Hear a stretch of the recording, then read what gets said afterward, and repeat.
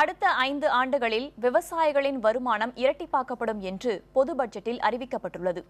விவசாயிகளுக்கான கடன் இலக்கு 9 லட்சம் கோடி ரூபாயாக உயர்த்தப்படுவதாகவும், இது கடந்த நிதி ஆண்டை விட 50,000 கோடி ரூபாய் அதிகம் என்றும் ஜெட்லி தெரிவித்தார். இது தவிர 2016-17 நிதியாண்டில் விவசாயத்திற்காக 35,984 கோடி ரூபாய் ஒதுக்கப்படும் என்றும் அவர் கூறியிருக்கிறார். நபார்டு திட்டத்தின் கீழ் பாசனத்திற்காக 20,000 கோடி ரூபாய் ஒதுக்கப்படுவதாகவும் அவர் குறிப்பிட்டார். இன்னும் 3 ஆண்டுகளில் 5 லட்சம் ஏக்கர் பரப்பளவிலான விளைநிலம் இயற்கை விவசாயத்தின் கீழ் கொண்டுவரப்படும் என்றும் அவர் தெரிவித்தார்.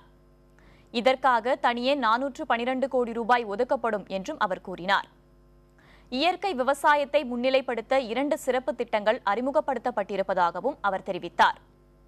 நீர்ப்பாசன திட்டங்களுக்கு நபார்டு வங்கி மூலம் 20,000 கோடி ரூபாய் வழங்கப்படும் என்றும் ஜெட்லி அறிவித்தார்.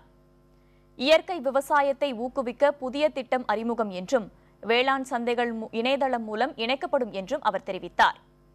புதிய பயிர் காப்பீட்டு திட்டத்திற்கு 5,500 கோடி ரூபாய் ஒதுக்கீடு செய்யப்படுவதாகவும் அருண் ஜெட்லி அறிவித்தார்.